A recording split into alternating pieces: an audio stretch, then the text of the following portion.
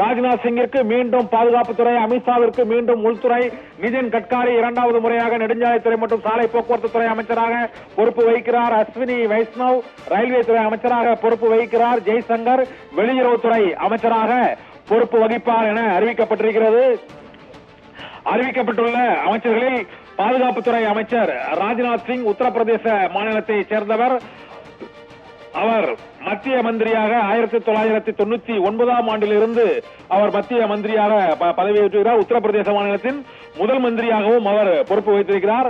வாஜ்பாய் தலைமையிலான மத்திய அமைச்சரவையில் விவசாய மந்திரியாகவும் ராஜ்நாத் சிங் பொறுப்பு வகித்திருக்கிறார். 2 முறை பாரதிய ஜனதா கட்சியின் தேசிய தலைவராகவும் ராஜ்நாத் சிங் பொறுப்பு வகித்து தற்போது அவர் உள்துறை மந்திரியாகவும் பிரதமர் நரேந்திர மோடியின் அரசில் பொறுப்பு வகித்து இப்போது பாதுகாப்புத்துறை அமைச்சராக பொறுப்பு வகிக்கிறார்.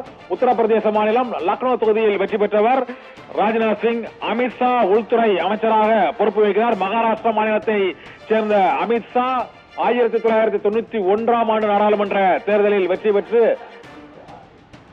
அவர் அத்வானியின் பிரச்சாரத்தில் முக்கிய பங்கு வகித்து பாரதிய ஜனதா கட்சியில் முக்கிய இடத்தை பிடித்தார். 2014 அங்கு பிரதமர் நரேந்திர மோடியின் வலதுகரமாக செயல்பட்டு வரும் அமித்ஷா 2014ஆம் ஆண்டு பாரதிய ஜனதா கட்சியின் தேசிய தலைவராக அவர் பொறுப்பு வகித்தார். 2019 தேர்தலில் அத்வானி தொகுதியான குஜராத்தின் காந்திநகர் தொகுதியில் போட்டியிட்டு வெற்றி பெற்றார். இந்த முறையும் அதே தொகுதியில் போட்டியிட்டு 7.5 லட்சம் வாக்குகள் வித்தியாசத்தில் வெற்றி பெற்றிருக்கிறார்.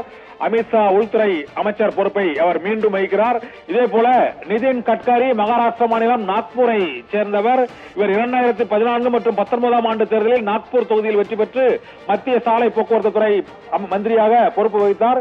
இந்த முறையும் அவர் நாக்பூர் தொகுதியில் வெற்றி பெற்ற சூழ்நிலையில் மீண்டும் அவருக்கு சாலை போக்குவரத்து மற்றும் நெடுஞ்சாலைத்துறை பொறுப்பு அவருக்கு வழங்கப்படுகிறது.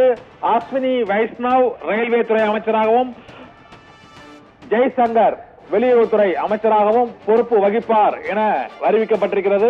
மத்திய அமைச்சரவையில் நேற்று 30 கேபினட் அமைச்சர்கள், 36 இணை அமைச்சர்கள் மற்றும் 5 பொறுப்பு அமைச்சர்கள் உள்ளிட்டோர் பதவியேற்ற சூழ்நிலையில் அவர்களுக்கான இலாக்காக்கள் இப்போது அறிவிக்கப்பட்டு வருகிறது. அவர்களுக்கு அறிவிக்கப்பட்டுள்ள அந்த இலாக்காக்களின் படி முதலில் உள்துறை அமைச்சராக அமித்ஷா மீண்டும் பொறுப்பு வகிக்கிறார். ராஜ்நாத் சிங் பாதுகாப்புத்துறை அமைச்சராக மீண்டும் அவர் பொறுப்பு வகிக்கிறார்.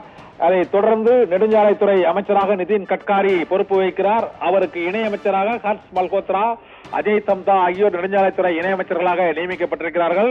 வெளியுறவுத்துறை அமைச்சராக ஜெய்சங்கர் நியமிக்கப்பட்டிருக்கிறார். அஸ்வினி வைஷ்ணவ் ரயில்வே துறை அமைச்சராக நியமிக்கப்பட்டிருக்கிறார்.